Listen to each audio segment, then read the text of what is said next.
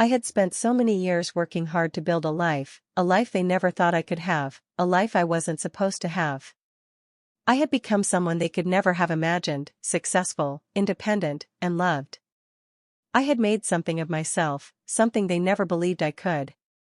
And now, here they were, standing before me, unaware of the truth. My family, the same people who abandoned me, were now asking me for help. And I was ready to give them a taste of their own medicine. I remember that day clearly, the moment my father unknowingly said those words. I could feel every muscle in my body tense up. My brother, the golden child, was laughing next to him, mocking me, completely unaware of who I really was. I was no longer the little girl they had thrown away. I was someone entirely different now, someone who had fought for every inch of her life, and I was about to show them who they had underestimated. I took a deep breath, trying to steady myself, and then I looked at my father directly. "Do you really mean that?" I asked, my voice steady, but underneath it, there was a storm brewing. "You wish I were your son?" "Funny, because I don't think you ever wanted me at all." His face changed instantly, the color draining from it as realization slowly dawned on him. My brother, still unaware, continued to laugh, but it faltered as he noticed the shift in the room. The moment had come. My carefully constructed life, my years of healing, my success, it was all leading to this. I wasn't going to hold back anymore. "I'm not your son," I continued, my voice low but strong. "I'm your daughter, the one you abandoned when I was 6. The one you left in an orphanage because I didn't fit into your perfect plan. The one you decided wasn't worth your time." The silence that followed was thick, suffocating. My father, for the first time in my life, looked genuinely unsure of himself. The words I had rehearsed over the years, words I never thought I would say, had finally been spoken. The truth was out, and there was no turning back now. "You don't get to wish I was someone else," I added, the anger that had been building up over the years surfacing. "You don't get to pretend that I never existed in your life. You left me, and I was forced to make something of myself. I built this life not for you, but for me, for the person I became despite you." My brother's mocking expression faded, replaced by confusion and a hint of fear. My father looked like he might say something, but words failed him. I didn't give him the chance to speak. I had spent years yearning for answers, wondering why I had been left behind, but now, I didn't need their explanations. I had already written my own story. I had already made my peace. "I'm here today because you need me," I said, my voice unwavering. "You came to me, thinking I would help you, just like you came to me when I was a child. But I'm not that little girl anymore, and I don't owe you anything." I could see my father struggling with the weight of what I had said. The disappointment, the guilt, the regret, it was all there, but I didn't feel sorry for him. If anything, I felt a sense of relief. Finally, I was standing up for myself, finally showing them the strength they never thought I had. "I'm done trying to be a part of your world," I said, my voice clear and final. "I've moved on, and I've built my own family. I don't need your approval, and I don't need your love. I have everything I need right here." I gestured to the life I had created, my husband, my daughter, my career. With that, I turned and walked away, leaving them to face the consequences of their actions. As I left, I could feel the weight lifting off my shoulders. The anger, the hurt, all of it was still there, but it didn't define me anymore. I had reclaimed my power, and for the first time I was free. My father's jaw tightened as I laid out the facts. He was silent for a moment, clearly stewing, but I could see the flicker of realization in his eyes. The mess they were in was far worse than he had admitted to. I could almost feel the weight of their failures pressing down on him. This was the moment I'd been waiting for, the moment I could finally show them that I was the one who could turn things around, despite everything they had done to me. He leaned forward, the tension in his posture betraying his usual arrogance. "I know what the problems are," he muttered, his voice still sharp but with a hint of desperation creeping in. "I don't need you to remind me. I need solutions." I kept my voice steady. "Solutions will only come when the truth is fully laid out. Without it, this company won't survive, and neither will you. My brother snorted, clearly uncomfortable with the situation. You're acting like you're some kind of expert, he said, his words laced with disdain. You don't know anything about what it's like to run a business this big. I didn't flinch. You're right. I don't know what it's like to run a business like this. But what I do know is how to clean up a mess. And this mess is bigger than you think. I glanced at my father, allowing the weight of my words to sink in. I didn't come here for approval. I came here because I'm the best person for the job. Whether you like it or not, you hired me for a reason, and that reason wasn't to sit in the background and let you drag this company down. Silence hung thick in the air. My father's eyes flickered with something I couldn't quite place, maybe frustration, maybe a hint of respect. Whatever it was, it didn't matter. I had long stopped caring about gaining their approval. I wasn't doing this for them, I was doing it for me. I turned back to the documents. We need to start by addressing these lawsuits head-on. The unpaid invoices are the least of your worries at the moment. If we don't deal with the negligence and safety issues, you could be looking at class action lawsuits that will cost you more than this company can bear. My father's lips pressed into a thin line. We've been under pressure for months, Danielle. But that's not an excuse. I didn't respond to his justification. Instead, I continued, detailing the steps I would take to resolve the immediate issues and presenting a plan for rebuilding the company's reputation. It wasn't just about fixing the legal mess they were in, it was about restructuring their business from the ground up. It was about proving to myself, and to them, that I could take what they'd abandoned and turn it into something better. As I laid out my strategy, I saw my father's expression shift. The arrogance was still there, but there was something else now, an acknowledgement. Maybe he hadn't thought much of me before, but in this moment, he was forced to recognize that I was the one who could pull them from the wreckage they'd created. Fine, he said, his voice quieter now. Do what you need to do. But don't expect me to sit idly by while you take over. I didn't bother responding. I was beyond needing his validation. The real victory was that I had already proven to myself that I could succeed, even if it meant facing the very people who had once thrown me away. When the meeting ended, I walked out with my head held high, knowing that I was about to change everything, not just for them, but for myself. I gave him a tired nod, the weight of the day still pressing heavily on my shoulders.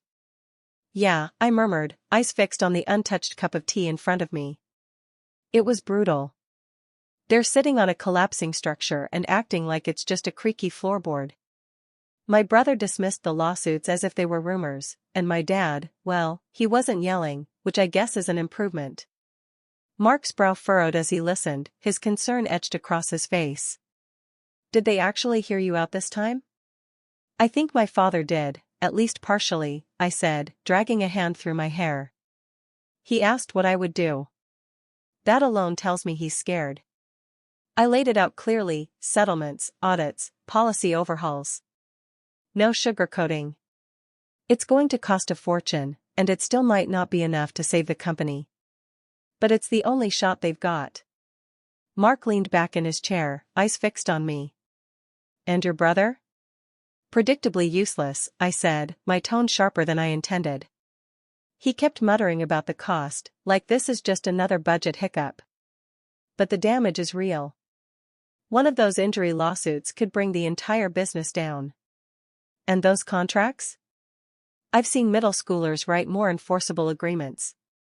There was a beat of silence, filled only by the soft hum of the dishwasher and the distant ticking of the clock on the wall. Finally, Mark reached across the table, taking my hand in his. You're doing everything you can, he said softly. More than anyone else would. I stared at his hand over mine, then finally looked up. I didn't ask for this, I whispered. I didn't ask to be the one cleaning up a mess I didn't make. But here I am. I don't know how much more I can take. You're stronger than you think, he said, squeezing my hand. And I'm right here. Every step of the way.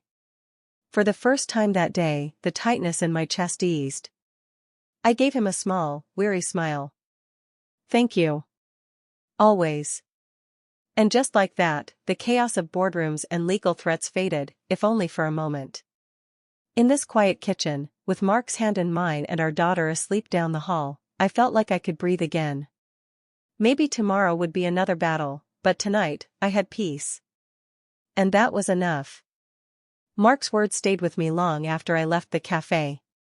His support, steady and unwavering, gave me just enough clarity to walk into the office the next morning with my head held high, even as my heart pounded beneath my blazer.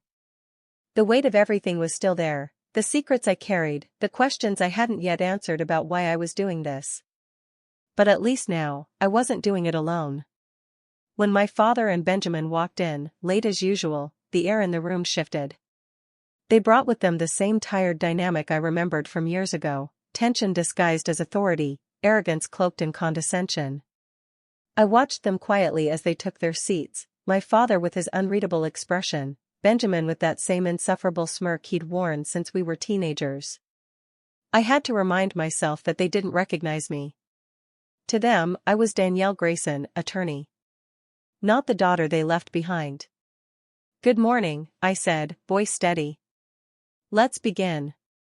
As I outlined the day's agenda, I kept my tone composed and clinical, but inside, it was chaos. Every time my father furrowed his brow at a term he didn't understand, every time Benjamin tried to interrupt me to correct something with his half-baked knowledge of corporate law, it was a test. Not of my skill. I knew I could handle this case. But of my emotional strength. I pushed through, focusing on the facts. The company was in worse shape than they realized, and I wasn't going to sugarcoat it. Their mismanagement had driven them to the brink. Every word I spoke was the truth, delivered with precision, but not cruelty. I wasn't here for revenge. I was here for justice. For closure. For myself. At one point, Benjamin leaned back in his chair, arms crossed. "You really think this plan will work?" I met his gaze, unflinching. "If you follow my guidance, yes. If not, the company won't last another quarter." He scoffed, but my father said nothing. He simply stared at me, something unreadable flickering behind his eyes. I wondered, not for the first time, if any part of him sensed the truth. If he ever looked at me and felt even a shadow of recognition. But if he did, he said nothing. When the meeting ended, they stood and left without so much as a thank you. I stayed behind, alone in the conference room, staring at the empty chairs. This was just the beginning. And I wasn't sure where it would lead. But for the first time in years, I felt like I had some control, not just over the case, but over the narrative they had tried to write for me. And I wasn't going to let them finish it without hearing my version first. Benjamin slammed the paper down on the table, clearly irate. "We've been in this game too long to let people walk all over us. If they think they can bully us into paying, they've got another thing coming." I held his gaze, unflinching.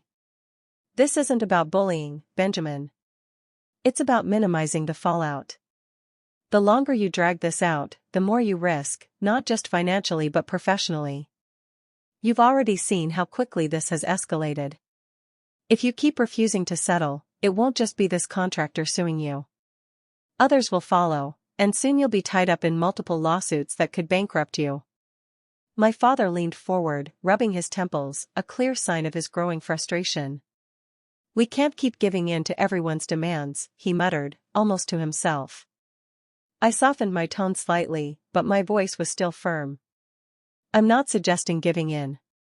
I'm suggesting we take control of the narrative before it controls us. A settlement is the only way to start repairing the damage and move on. If you think you can fight every single battle and win, you're mistaken. The damage to your reputation alone would cost more than this settlement ever will." There was a long silence as both my father and Benjamin seemed to weigh the options in front of them. I could see the hesitation on their faces, the tension was palpable. They were used to holding power, to making decisions that seemed to always go their way. This, however, was a new kind of loss of control. Finally, my father broke the silence. "Fine. Let's move forward with the settlement. But I don't want this to be the beginning of us just rolling over for everyone who disagrees with us. I nodded, keeping my face neutral. I understand. But we have to pick our battles. Right now, protecting what's left of your business is the most important thing. Benjamin grumbled something under his breath, clearly unhappy with the decision, but said nothing further. He crossed his arms, still glaring at the paper in front of him, clearly fuming over the idea of paying out a settlement. I pushed the document forward. I'll have the final settlement offer drafted and ready for you by the end of the day. We need to move quickly before this becomes an even bigger issue. My father nodded slowly, looking at the paperwork in front of him, his thoughts heavy. Make sure it gets done right. I don't want any more surprises. Understood, I said, standing up from the table. I'll get started immediately. As I walked out of the room, I couldn't help but feel a small sense of triumph. I had walked into this room knowing exactly what needed to be done, and for once, I wasn't backing down. They may have been the ones who tossed me aside, but today, I was the one in control. And that felt damn good. I paused, surprised by the sudden crack in his composure. For a man who had spent a lifetime guarding his pride like a fortress, the comment was seismic. Benjamin looked stunned, his mouth opening and closing like he couldn't decide whether to fight back or retreat. For once, he chose silence. I shifted in my seat, processing the moment. It wasn't vindication exactly, but it was the first real indication that my father was beginning to see the truth, not just about the company's fragile state, but about the people he had trusted to lead it. He turned to me then, eyes tired but clear. Send over the mediator options. I want to resolve the injury case before the press gets wind of it. I gave a single nod, keeping my tone professional even as my heart raced. I'll have them on your desk by morning. That night, I sat in my home office with the baby monitor by my side, watching the soft rise and fall of my daughter's chest as she slept. The silence gave me space to think, not about strategies or lawsuits, but about the emotional tectonics shifting beneath the surface. For years, I had tried to forget the hollow ache of abandonment, the silent meals at the orphanage, the ache of birthdays with no candles, no hugs. But now, here I was, in a boardroom with the man who left me, guiding him through the fallout of his own bad choices. Life had an ironic way of twisting back on itself. Yet I didn't feel triumphant. Just steady. Focused. I wasn't here for revenge. I was here for closure. For power, yes, but not the kind that came from dominance. The kind that came from being seen. Heard. Valued. And maybe, just maybe, I was starting to get that. Benjamin was losing his grip, not just on the company, but on the illusion that his bloodline made him infallible. My father was beginning to acknowledge what years of denial had hidden, that the daughter he threw away might be the only person capable of saving what he built. And that? That was a kind of justice I could live with. He handed me the mug, his hand warm against the porcelain. I took it mechanically, but I didn't drink. I just held it in my hands, feeling the heat spread up my fingers but not quite reaching the coldness inside me. What's going on, Danielle? Mark asked, his voice gentle but firm. He could always read me like a book, and it was hard to hide anything from him. I stared at the steam rising from the tea, trying to put my thoughts into words. How could I explain the mix of emotions swirling inside me? It's my dad, I said after a long pause. He's been acting differently. I don't know what to make of it. Mark sat back, his eyes narrowing as he processed what I said. Different how? He's been respectful. Not just respectful. He's been, I don't know, almost kind. He praised me today. Told me I remind him of my mom. I shook my head as if trying to shake the thoughts away. It's confusing. I spent my whole life wanting his approval, wanting him to see me for who I am. And now, after everything, after how he treated me, how he let me go, now he's acting like I'm the person he always wanted me to be. And he even mentioned Mom. Mark was silent for a moment, the only sound in the room the ticking of the clock on the wall. He seemed to be considering his words carefully. Finally, he spoke, his voice low and understanding. It's a lot to process, I get it. But you can't change what happened, Danielle. What's important is what you do now, how you move forward from all this. I let out a breath, a long exhale of frustration. I know. But it just feels like a slap in the face. All these years, I built this life for myself, and now, suddenly, he sees me as worthy of his respect? It's too late. And I didn't expect it to hurt like this. Mark reached out, gently placing his hand on mine. You've built an incredible life, Danielle. A life that's yours. Don't let him or anyone else make you feel like that's not enough. You're not still looking for his approval, right? I shook my head, the familiar ache in my chest not from needing him but from the hurt of what could never be repaired. No, I don't need his approval anymore. But it doesn't stop the pain, Mark. It doesn't make it easier to let go of the past, no matter how much I've worked to move on. Mark squeezed my hand, his thumb brushing across my knuckles. You don't have to let go of everything. Just the parts that hold you back from being the person you are now. The person who made it all on her own, no matter what anyone else thought. You're not defined by them, Danielle. I nodded, the weight in my chest lightening just a fraction. Maybe it wouldn't ever be easy to move on from my past, but I was finally learning to accept that I didn't need to carry it with me anymore. I was enough on my own. And that was all that mattered now. I didn't respond right away. The room, once thick with tension and unspoken resentment, now held a strange stillness. I looked at him, really looked at him, and saw the cracks in the armor. The weariness, the quiet surrender. It wasn't an apology, not exactly. But it was something. Thank you, I said simply. I'm glad the company is on steadier ground. Benjamin avoided my gaze, his fingers drumming lightly on the table. For once, he didn't interrupt or undermine. That alone felt like a small victory. My father nodded, almost imperceptibly. We couldn't have done it without you. That was the truth. And hearing him admit it, however awkwardly, settled something in me. Not because I needed his validation, but because I didn't. Not anymore. I'll be stepping back after this, I said, glancing between the two of them. I've put the right systems in place. The rest is up to you now. My father gave a curt nod, as if bracing himself for what that meant. Benjamin finally spoke, his voice quieter than I expected. You're really leaving? I was never supposed to stay, I said. I came here to fix what was broken. And I did. There was silence again, but this time it wasn't heavy. Just, final. And freeing. That evening, I stood outside the office for the last time, watching the sun dip behind the skyline. Mark pulled up, smiling from the driver's seat. How'd it go? He asked as I slid into the passenger seat. I took one last glance at the building, then exhaled.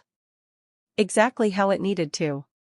He reached over and took my hand, his thumb brushing over my knuckles. Ready to go home? Yeah, I said, smiling. Let's go home. And just like that, I closed the door on the past, not with bitterness, but with peace. I wasn't the girl they abandoned anymore. I was the woman who came back and changed everything. On my terms. I had imagined this moment for years, the moment I would finally confront the man who had abandoned me, who had never seen me for who I truly was. I had imagined him apologizing, begging for forgiveness, or maybe even understanding the pain he caused. But what I heard instead was something I wasn't prepared for, something I didn't know I needed to hear. His words hung in the air, heavy with years of neglect, missed opportunities, and silence. I wish you were my son. The room seemed to close in on me, the weight of his admission pressing down on my chest. I had expected anger, disappointment, maybe even some form of justification for the years of abandonment. But not this. Not a quiet, almost wistful admission that his own shortcomings had led him to feel something for me he had never acknowledged before. I swallowed hard, my mind racing. Part of me wanted to cry out, to ask him why it had taken so long for him to realize the kind of person I had become, why he couldn't see me then, when I needed him the most. But there was no point. The truth was, I had already built my life without him. I didn't need him to validate my worth anymore. You know, for years, I wondered what it would take to get your attention, I said, my voice steady despite the storm inside me. I wanted you to see me, to be proud of me, but it never came. I spent years thinking maybe I wasn't good enough, that there was something wrong with me. I paused, my eyes never leaving his. But I'm not that person anymore. I built this life, my life, without you. I don't need your approval now, and I'm not going to beg for it. My father's face tightened as I spoke, but there was something different in his eyes, a flicker of regret, maybe even understanding. He opened his mouth as if to speak, but I raised my hand to stop him. I wasn't interested in hearing empty words anymore. Your company is on the right track, I continued. But it's not about the money or the business. It's about relationships, trust, and integrity. I'll help you, but only if you actually want to change, not just for the company, but for yourselves. I stood up, gathering my papers, ready to leave. This was my final moment with them, my final chance to walk away from the past once and for all. Goodbye, Dad, I said quietly, my voice calm but firm. As I walked out of the room, I felt the weight of my past lifting, even just a little. It wasn't a happy ending, and maybe it never would be. But it was mine. And I was finally walking away, not just from them, but from everything that had held me back for so long. I pushed back my chair slowly, standing with the kind of strength that only comes from years of holding everything in. I looked straight at him and said, I'm not your son. My voice didn't shake, it was calm, but heavy, each word laced with a truth I'd carried alone for far too long. And you lost the right to call me your daughter the moment you abandoned me at that orphanage. His face went pale. Benjamin's smugness evaporated in an instant, replaced by blank confusion. My father opened his mouth as if to speak, but nothing came out. I could see it, the moment my words landed, sharp and brutal. It hit him like a punch he never saw coming. You didn't even have the decency to be there, I went on, my voice growing stronger. You left it to her, my mother, to do your dirty work. I begged her not to leave me, cried until I couldn't breathe, and she walked away anyway. And you? You just disappeared. Like I never existed. I took a breath, the kind that comes when you're finally letting go of years of buried grief.